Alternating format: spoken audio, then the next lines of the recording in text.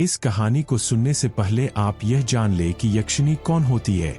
यक्षिणी एक ऐसी आत्मा होती है जो शक्ति, धन और अपार आकर्षण की देवी मानी जाती है, लेकिन इसके साथ ही यह रहस्यमयी और भयावह होती है। यक्षिणी साधना एक साधक के जीवन में कई चीजें बदल सकती है, लेकिन इसका मार्ग सीधा नहीं होता। यह काली रातों, गहरे जंगलों और अनजानी शक्तियों से भरा होता है। जब यक्षिणी की साधना की जाती है तो वह साधक के सामने किसी सुंदर स्त्री के रूप में प्रकट होती है। उसकी खूबसूरती इतनी चकाचौंध भरी होती है कि साधक सम्मोहित हो जाता है, लेकिन अगर साधक के मन में जरा भी लालच या वासना हो तो वही यक्षिणी साधक को बर्बादी की कगार पर ले जाती है। उसकी आंखें झील की गहराइयों जैसी होती है और उसका चेहरा इतना मोहक होता है कि कोई भी उसे देखकर अपनी सुध-बुध खो दे। यक्षिणी साधना से अपार धन और शक्ति मिलती है, लेकिन इसकी कीमत साधक को अपने जीवन, अपनी आत्मा से चुकानी पड़ सकती है। अगर साधक थोड़ी भी गलती करता है तो यक्षिणी अपने सौम्य रूप से भयावह रूप में बदल जाती है। लंबे नाखून, लाल आंखें और ऐसा रूप जो मौत की छाया से भी ज्यादा डरावना होता है। उसकी क्रूरता इतनी होती है कि वह साधक के जीवन को धीरे धीरे तबाह कर देती है। साधक को वासना, भोग और पीड़ा के बीच फंसाकर वह उसे मानसिक और शारीरिक रूप से समाप्त कर देती है। यक्षिणी का प्रकोप इतना घातक होता है कि अगर वह क्रोधित हो जाए तो साधक को न केवल अपने जीवन से हाथ धोना पड़ता है, बल्कि उसकी आत्मा भी यक्षिणी के जाल में फंस जाती है। यक्षिणी साधना एक ऐसा द्वार है जिसे खोलने के बाद साधक या तो अपार धन और शक्ति पाता है या अंधकार में डूबकर हमेशा के लिए खो जाता है। इसका रास्ता बहुत खतरनाक और डरावना है, और अगर एक बार यक्षिणी ने साधक पर अपनी नजर गड़ा दी तो फिर वापस मुड़ना लगभग नामुमकिन होता है। यक्षिणी अच्छी और बुरी दोनों प्रकार की हो सकती है। यक्षिणी की साधना करना इतना आसान नहीं होता है। जो भी साधक इस साधना को सफल करने में सक्षम होता है उसे यक्षिणी का आशीर्वाद मिलता है। यक्षिणी साधना के समय यक्षिणी साधक के समक्ष एक सुंदर, सौम्य स्त्री के रूप में प्रकट होती है। यक्षिणी अत्यंत खूबसूरत होती है। जिस भाव से साधक यक्षिणी की उपासना करता है उसी रूप में यक्षिणी उसे दर्शन देती है। यक्षिणी की साधना माँ, प्रेमिका, बहन या पुत्री के रूप में की जाती है। साधक यक्षिणी को जिस रूप में देखता है उसी पर साधना का फल निर्भर करता है। अगर साधक ने यक्षिणी को माँ के रूप में साधना की है तो यक्षिणी उसे माँ के रूप में दर्शन देती है। वह साधक को बहुत सारा धन दौलत देने के साथ साथ आशीर्वाद भी देती है।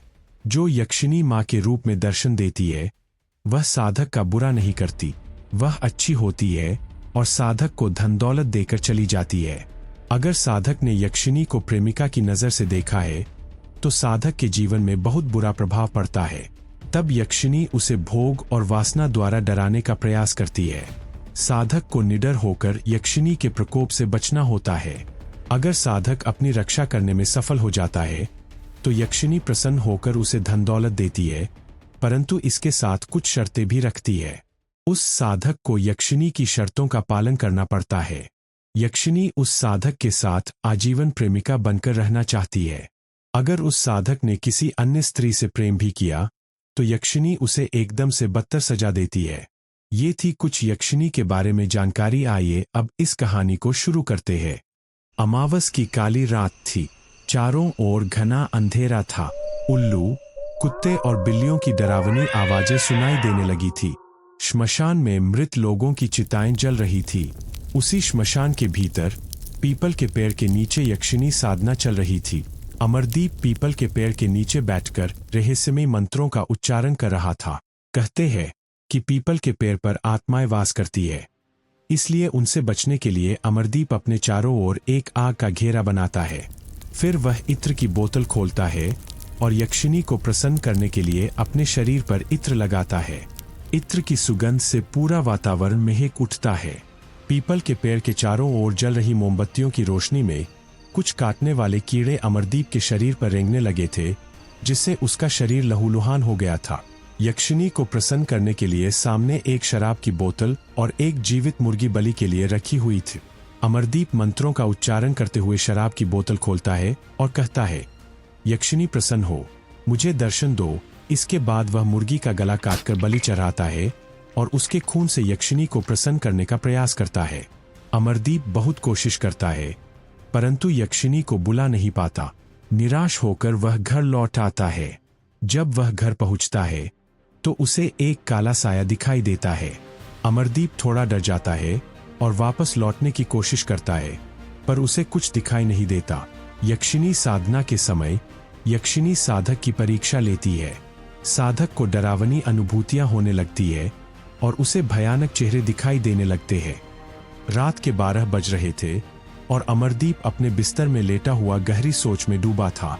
यक्षिनी साधना करते हुए आज लगभग 10 दिन हो चुके थे और अब उसका शरीर कमजोर होने लगा था। ऐसा लग रहा था जैसे किसी ने उसके शरीर से सारा खून चूस लिया। उसका चेहरा और शरीर सफेद पड़ चुका था। यक्षिनी साधना करते करते अब अमरदीप निराश हो चुका था। उसे लगने लगा था कि वह यह साधना पूरी नहीं कर पाएगा। जब से उसने यक्षिनी साधना शुरू की थी, तब से उसे अजीब सी बेचैनी महसूस हो रही थी। आधी रात को उसे ऐसा महसूस होता था कि कोई औरत उसे खींचते हुए कहीं दूर ले जा रही है। कभी कभी उसे लगता था कि कोई नुकीली चीज उसके शरीर में धंस गई है और उसका शरीर खून से लथपथ हो गया है। वह इन अजीब अनुभूतियों से खुद भी अनजान था कि ऐसा क्यों हो रहा है। पिछले 10 दिनों से अमरदीप हर रोज रात को श्मशान जाता और आधी रात को यक्षिनी साधना करता था। यह साधना सुबह 3 बजे तक चलती थी। श्मशान में रहने वाले कीड़े उसके शरीर से खून चूसते रहते थे और साधना समाप्त होते ही उसका शरीर लहूलुहान हो जाता था। इतनी कोशिशों के बावजूद वह अब तक यक्षिनी को प्रसन्न नहीं कर पाया था। अमरदीप ने यक्षिनी साधना एक पुस्तक पढ़कर सीखी थी और अब वह सोचने लगा कि वह वापस पुस्तकालय जाएगा और उस पुस्तक को फिर से ध्यान से पढ़ेगा ताकि वह यक्षिनी को प्रसन्न करने का सही तरीका समझ सके। अगले दिन सुबह अमरदीप पुस्तकालय गया और यक्षिनी साधना की वही पुस्तक घर ले आए। उसने उसे दोबारा ध्यान से पढ़ने की कोशिश की ताकि अगली बार साधना सफल हो सके। अमरदीप एक होटल में वेटर की नौकरी करता था, लेकिन उसे उतनी मजदूरी नहीं मिलती थी जितनी वह मेहनत करता था। उस होटल में कई अमीर लोग आते थे और जब अमरदीप उन्हें देखता तो उसे भी एहसास होता कि एक दिन उसे भी अमीर बनना है।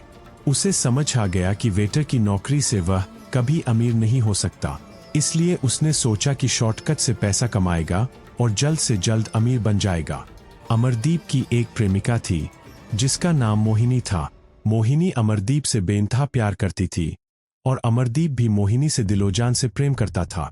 वह उससे शादी करना चाहता था और इसी कारण वह जल्दी से जल्दी बहुत सारा पैसा कमाना चाहता था ताकि मोहिनी को खुशहाल जीवन दे सके। एक दिन जब अमरदीप होटल से घर लौट रहा था तो उसके मन में जुआ खेलने का ख्याल आया।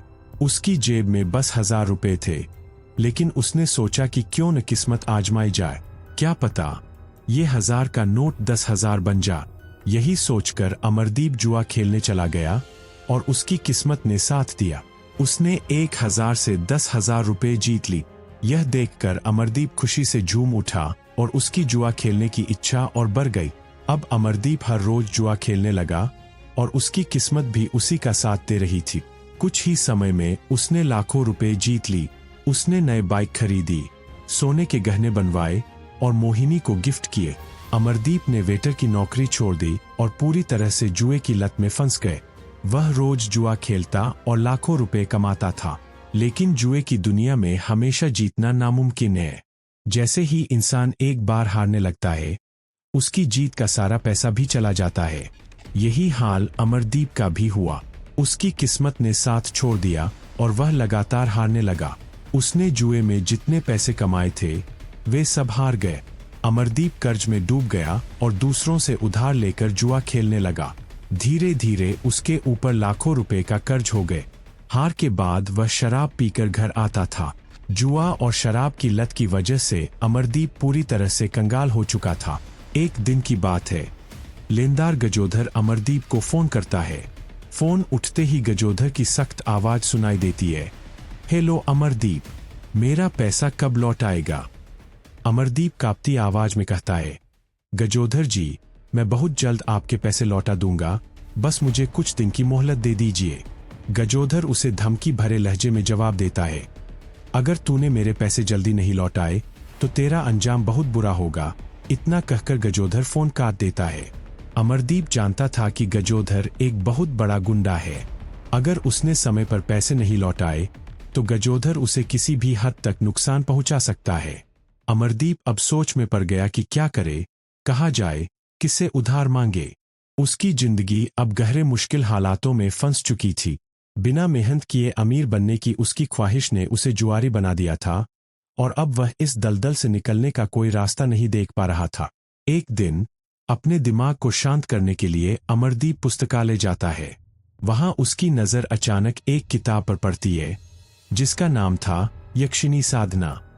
उस किताब की तरफ वह अचानक आकर्षित हो जाता है और उसे पढ़ने लगता है। पुस्तक में इतनी गहराई थी कि वह पढ़ते पढ़ते भूल जाता है कि कब दिन से रात हो गई। जब उसने घड़ी देखी तो रात के 11 बज चुके थे। लाइब्रेरियन ने आकर कहा, पुस्तकालय बंद करने का समय हो गया है, आप कल आकर बाकी किताबें पढ़ सकते हैं। अब आप घर जाइए। अमरदीप घर चला जाता है, लेकिन उसकी रात अब यक्षिणी साधना की सोच में डूबी रहती है। वह किताब में बताए गए रहस्यमय विधियों के बारे में सोचने लगता है। किताब में लिखा था कि कैसे यक्षिणी को प्रसन्न किया जा सकता है, पर यह भी चेतावनी दी गई थी कि यक्षिणी को बुलाना जितना आसान है, उसे वापस भेजना उतना ही कठिन है। अगर यक्षिणी प्रसन्न हो जाए तो वह साधक को अनगिनत धन संपत्ति दे सकती है, मगर इसके बदले उसे यक्षिणी की शर्तों का पालन करना होगा। जब तक आप उसकी शर्तों का पालन करते रहेंगे, यक्षिणी आपको कोई नुकसान नहीं पहुंचाएगी। लेकिन जिस दिन आपने उसकी शर्तों को तोड़ा, उस दिन आपको यक्षिणी के क्रोध का सामना करना पड़ेगा। अमरदीप कर्ज में डूब चुका था और उधारी चुकाने के लिए उसे बड़ी रकम की जरूरत थी। उसने ठान लिया कि वह यक्षिणी साधना करेगा और यक्षिणी को बुलाकर उससे बहुत सारा पैसा मांगेगा ताकि लोगों का कर्ज चुका सके। अमरदीप को यक्षिणी की सारी शर्तें मंजूर थीं। उसे सिर्फ पैसे से मतलब था। यक्षिणी को कैसे बुलाया जाए, यह जानने के लिए दूसरे दिन भी वह पुस्तकालय पहुंच गए। उस दिन अमरदीप ने यक्षिणी साधना की पुस्तक को और भी ध्यान से पढ़ा। आधी पुस्तक पढ़ने के बाद उसने किताब को वापस पुस्तकालय में रख दिया और घर लौट आए। उस रात अमरदीप श्मशान पहुंचा और एक पीपल के पेड़ के नीचे जाकर बैठ गए। अपने बैग से उसने एक चाकू, शराब की बोतल, इत्र, काला मुर्गा, दिया और पूजा की सामग्री निकाली। पीपल के पेड़ में भूत प्रेतों से बचने के लिए अमरदीप ने कोयले से एक गोल घेरा बनाया और फिर आटे से एक और घेरा खींचा। उसने इत्र की बोतल खोली, अपने चारों ओर इत्र छिड़का और बाकी इत्र अपने शरीर पर मल लिया। इसके बाद उसने दिया जलाया और काले मुर्गे की बलि देने की तैयारी करने लगा। धारदार चाकू से उसने मुर्गे का सिर धड़ से अलग कर दिया। मुर्गे के फड़फड़ाने से माहौल और भी डरावना हो गए। अमरदीप की आंखों में जुनून साफ झलक रहा था। उसे अपने आसपास नकारात्मक ऊर्जा का आभास होने लगा। वह जोर जोर से रहस्यमय मंत्रों का उच्चारण करने लगा। धीरे धीरे रात और गहरी हो गई। श्मशान में जलती चिताओं की आग से वहां का दृश्य और भी भयावह हो उठा। यक्षिणी साधना करते करते रात के 3 बज गए। अमरदीप ने मंत्रोच्चारण बंद किया और यक्षिणी को बुलाने की कोशिश की, पर यक्षिणी प्रकट नहीं हुई। अमरदीप निराश होकर बार बार यक्षिणी को पुकारने लगा, यक्षिणी प्रसन्न हो, मुझे दर्शन दो। लेकिन यक्षिणी फिर भी नहीं आई। पूजा समाप्त करने के बाद अमरदीप थकाहारा वापस घर लौट गया। अमरदीप जब घर पहुंचता है तो निराश मन से बिस्तर पर लेट जाता है। उसे समझ नहीं आ रहा था कि अब आगे क्या करे, यक्षिणी को कैसे प्रसन्न करे। अगर यक्षिणी प्रसन्न नहीं हुई तो लेनदार उसे पैसों के लिए फोन करके परेशान करेंगे और उसका अमीर बनने का सपना टूट जाएगा। अमरदीप सोने की कोशिश करता है, तभी अचानक कुछ अजीब अनुभव होता है। डर के मारे वह कांपने लगता है। वह देखता है कि उसके चारों ओर कोई काला साया घूम रहा है। अमरदीप बिस्तर से उठकर भागने की कोशिश करता है, लेकिन तभी उसका पैर फिसल जाता है और वह जमीन पर गिरकर बेहोश हो जाता है। अगले दिन सुबह जब अमरदीप को होश आता है तो वह खुद को बेहद कमजोर महसूस करता है। उसका सारा बदन दर्द से कराह रहा था, जैसे किसी ने उसे रात भर जमीन पर पटक दिया। अमरदीप जब आईने के सामने जाता है तो देखता है कि उसके शरीर पर नाखूनों के गहरे खरोंच के निशान हैं। उसे कुछ भी समझ नहीं आ रहा था कि उसके साथ ये सब क्यों हो रहा है।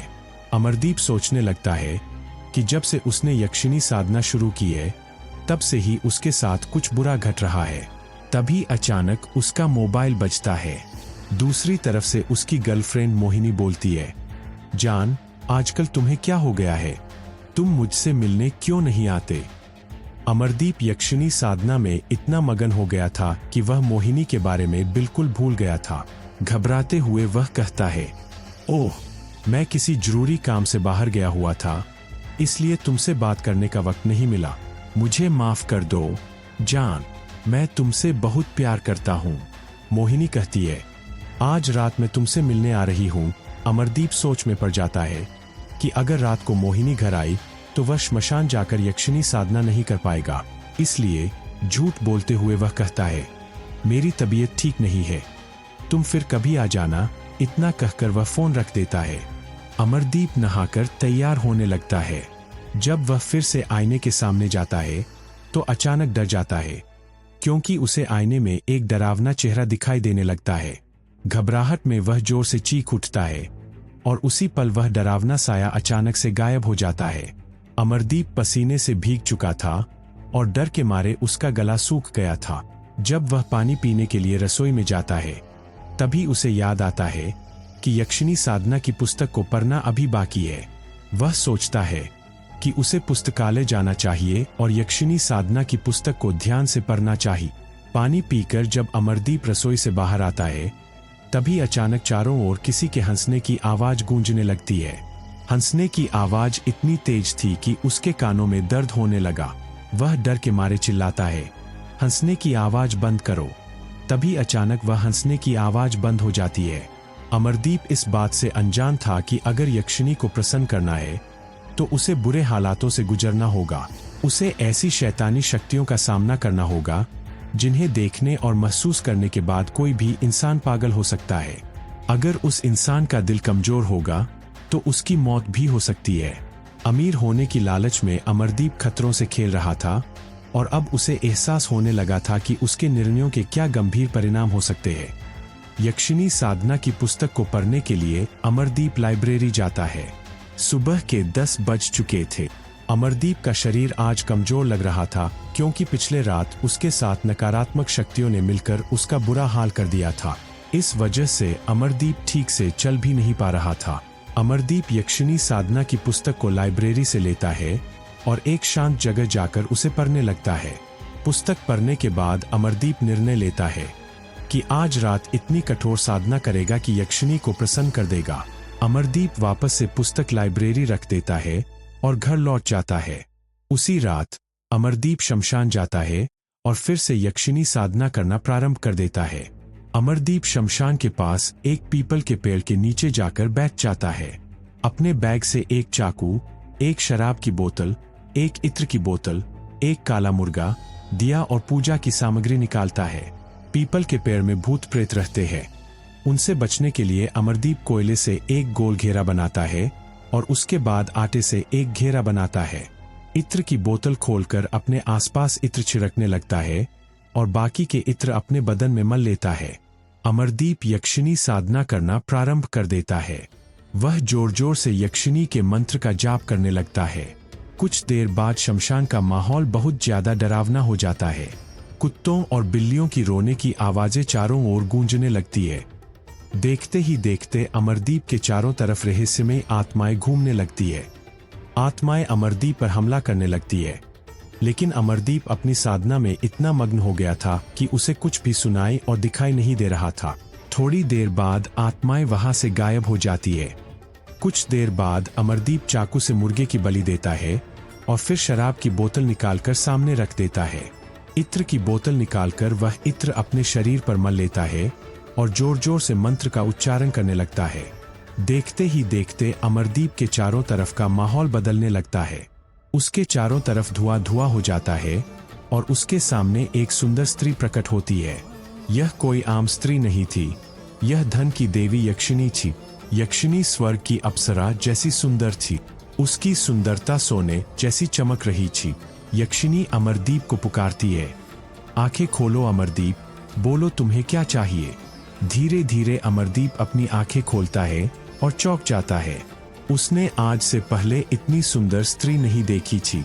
यक्षिनी की सुंदरता देखकर अमरदीप खो जाता है और उसे कामवासना की नजर से देखने लगता है।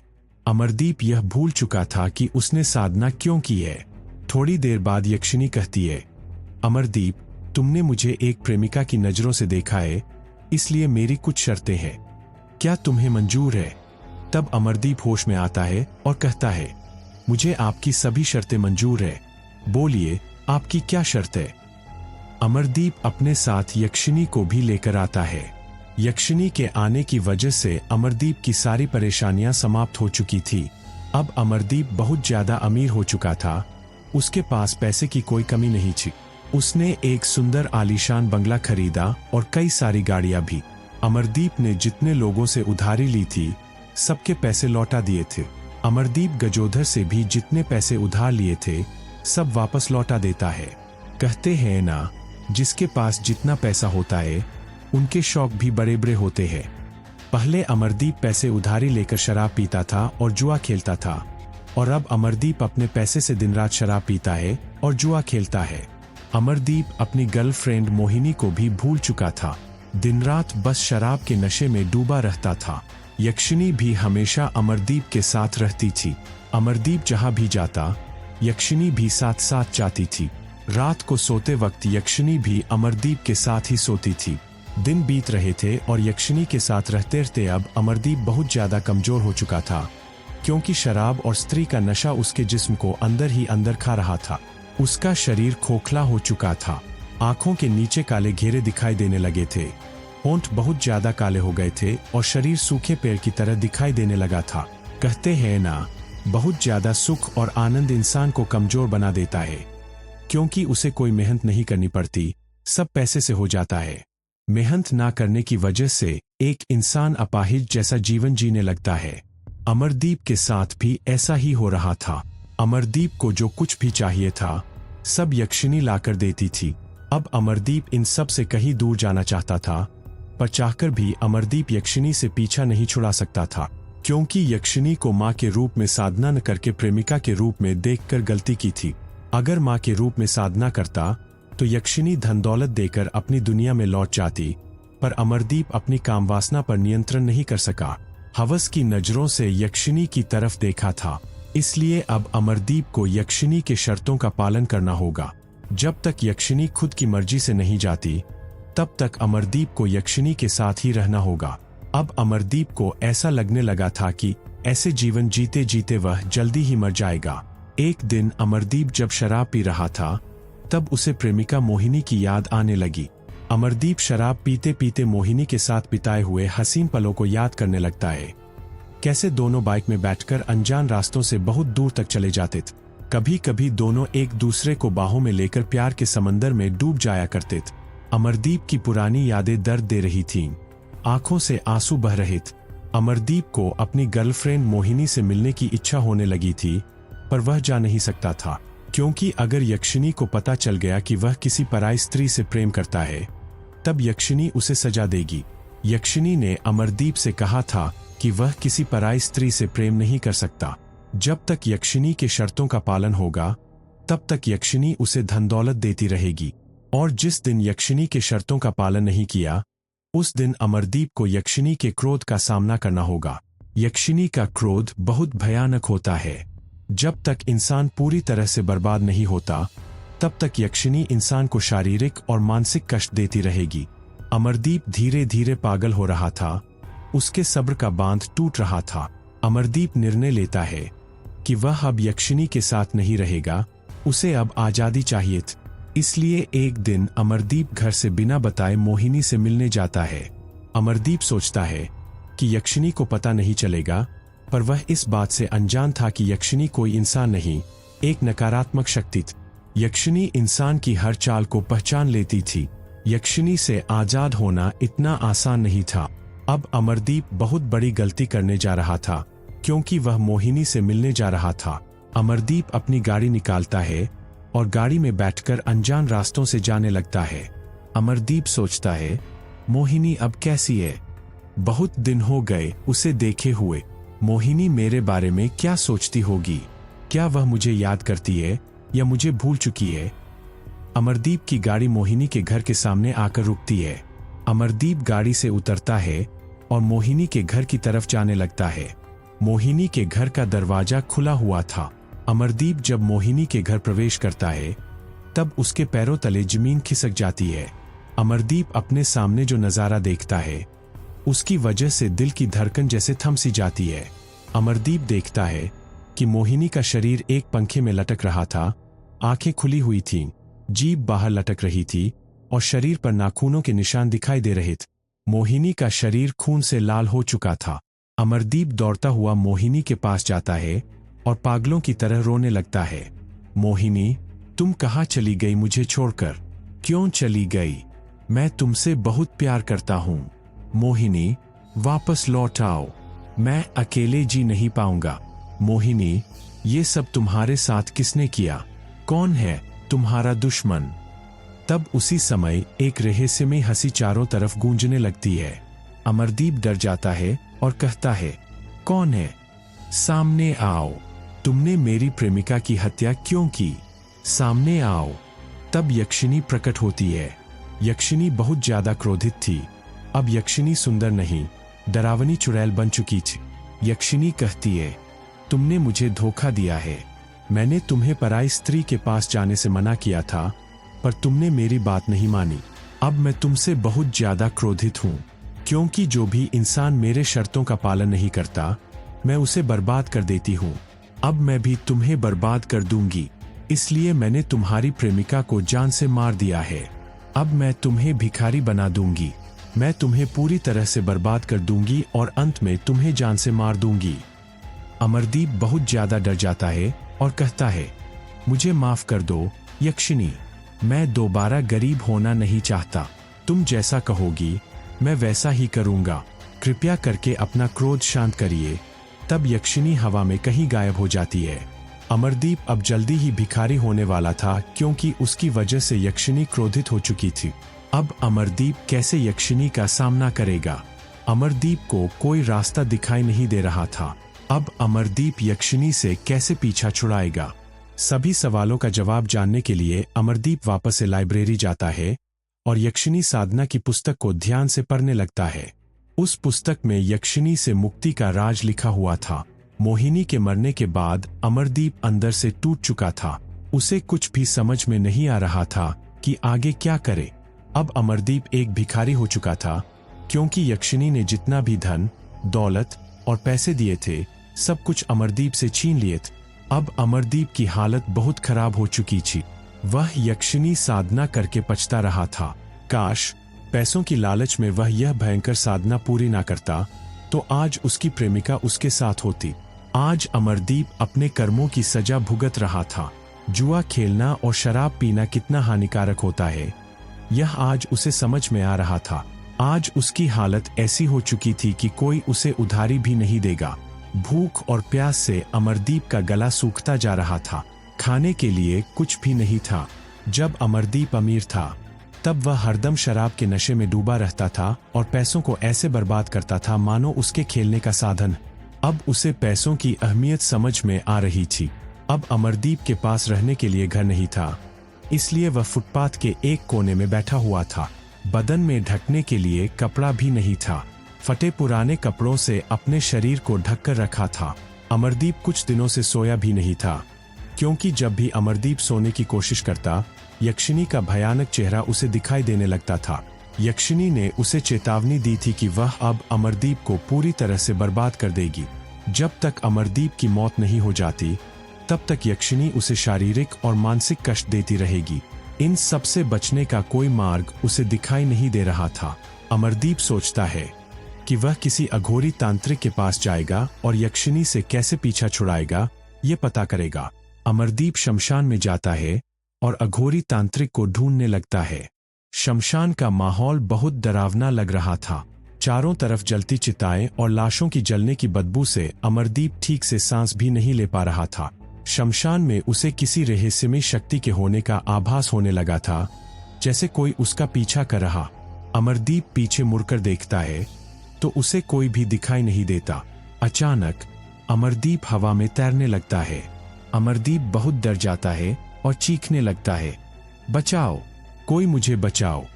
तब यक्षिनी उसके सामने प्रकट होती है और जोर जोर से हंसने लगती है। तुमने क्या सोचा था? यक्षिनी सब कुछ भूल गई है।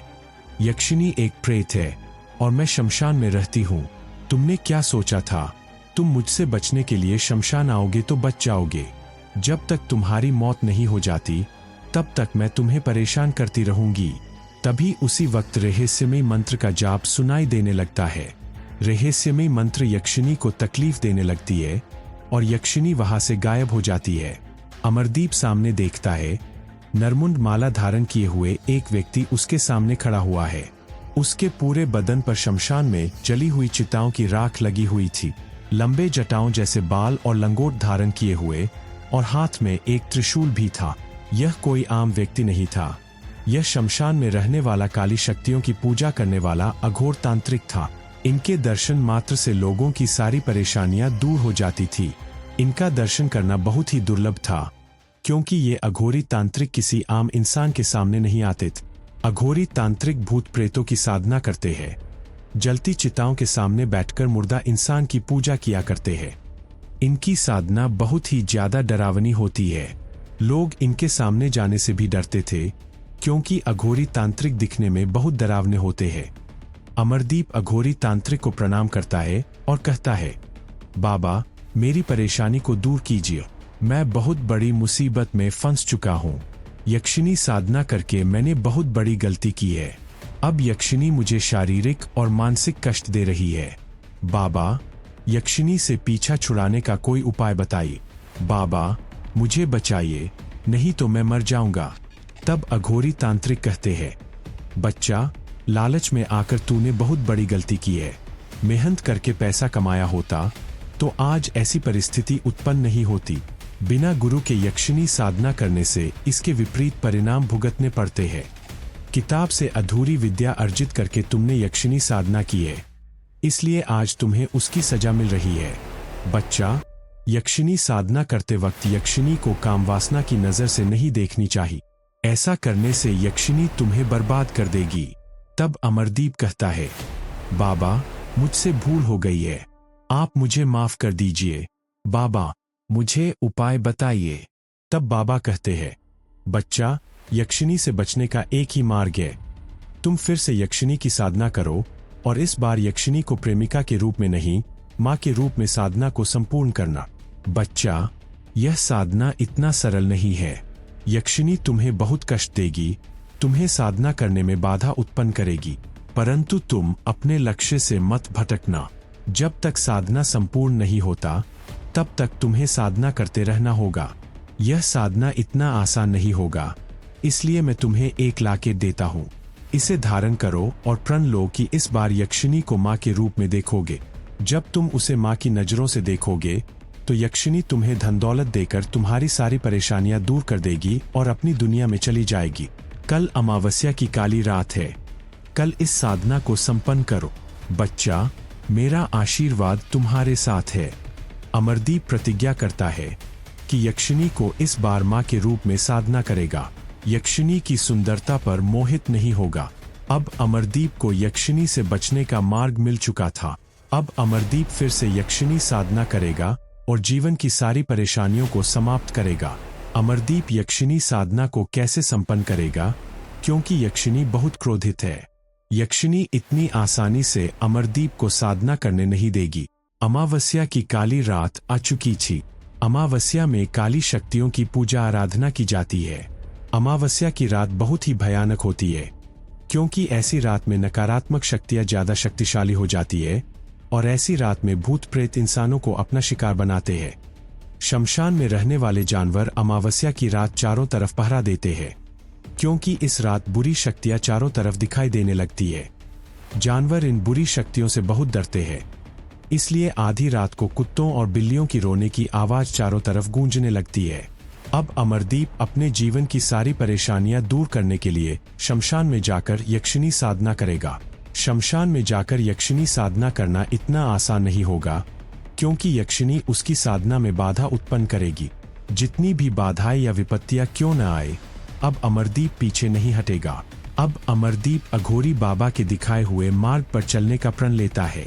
अमावस्या की रात अमरदीप शमशान जाता है और यक्षिणी साधना में प्रयोग होने वाली पूजा सामग्री भी साथ लेकर जाता है। एक काला जिंदा मुर्गा, एक शराब की बोतल, मुर्गे को बलि देने के लिए एक धारदार चाकू और इत्र की बोतल, साथ ही रंगोली भी लेकर जाता है ताकि गोल घेरा बना सके। अमरदीप शमशान में पीपल के पेड़ के सामने जाकर रंगोली से गोल घेरा बनाता है। गोल घेरे के बीच जाकर बैठ जाता है और रहस्यमयी मंत्र का जाप करने लगता है। रहस्यमयी मंत्र के उच्चारण से माहौल बहुत डरावना हो जाता है। कुछ देर बाद अमरदीप अपने झोले से एक काला मुर्गा निकालता है और उसकी बलि देकर खून से यक्षिणी को प्रसन्न करने की कोशिश करता है। अमरदीप इत्र की बोतल निकालता है और थोड़ा सा इत्र अपने शरीर पर मल लेता है और अपने आसपास छिड़क देता है। इत्र की खुशबू से शमशान में रहने वाले भूत प्रेत सब अमरदीप की तरफ आकर्षित होने लगते हैं। अमरदीप अपनी साधना में पूरी तरह से लीन हो जाता है। कुछ देर बाद अमरदीप के चारों तरफ रहस्यमयी शक्तियां घूमने लगती है। ये शक्तियां अमरदीप को नुकसान पहुंचाने की कोशिश करती है, पर असफल हो जाती है, क्योंकि अघोरी बाबा ने जो लाकेट दिया था उसे धारण करने के बाद बुरी शक्तियां अमरदीप को नुकसान नहीं पहुंचा सकती। थोड़ी देर बाद बुरी शक्तियां वहां से गायब हो जाती है। अमरदीप जोर जोर से रहस्यमयी मंत्र का जाप कर रहा था, जिसके उच्चारण से माहौल और भी डरावना हो जाता है। थोड़ी देर बाद माहौल बदलने लगता है। यक्षिणी प्रकट होकर अमरदीप की साधना में बाधा उत्पन्न करने लगती है। अमरदीप हार नहीं मानता और अपनी साधना में पूरी तरह से लीन हो जाता है। अमरदीप यक्षिणी को मां के रूप में पूजा करता है, इसलिए यक्षिणी अमरदीप को नुकसान नहीं पहुंचा सकती। थोड़ी देर बाद यक्षिणी शांत हो जाती है और अमरदीप को अपनी आंखें खोलने के लिए कहती है। धीरे धीरे अमरदीप अपनी आंखें खोलता है और सामने देखता है कि यक्षिणी उसके सामने खड़ी हुई है। अमरदीप इस बार अपनी आंखें झुकाकर बात करता है, क्योंकि अगर अमरदीप यक्षिणी की आंखों में देखेगा तो फिर से मोहित हो जाएगा। इसलिए अमरदीप आंखें झुकाकर यक्षिणी को प्रणाम करता है और कहता है, यक्षिणी माँ, आप मुझे माफ कर दीजिए। आप मेरी माँ है। आप मुझे वापस से पहले जैसा कर दीजिए। मैंने लालच में आकर आपको हवस भरी नजरों से देखा था, इसलिए मुझे माफ कर दीजिए। तब यक्षिणी कहती है, तुमने मुझे माँ के रूप में साधना करके मुझे प्रसन्न कर लिया है, इसलिए मांगो, तुम्हें क्या चाहिए।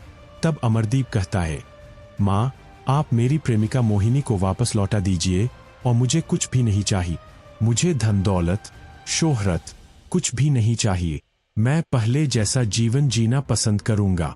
मुझे महंगी गाड़ियां और बंगला भी नहीं चाहिए। मैं मेहनत करूंगा और मेहनत की कमाई से अमीर बनने की कोशिश करूंगा। आप मुझे बस मेरी प्रेमिका से मिलवा दीजिए। वह मेरी जिंदगी है।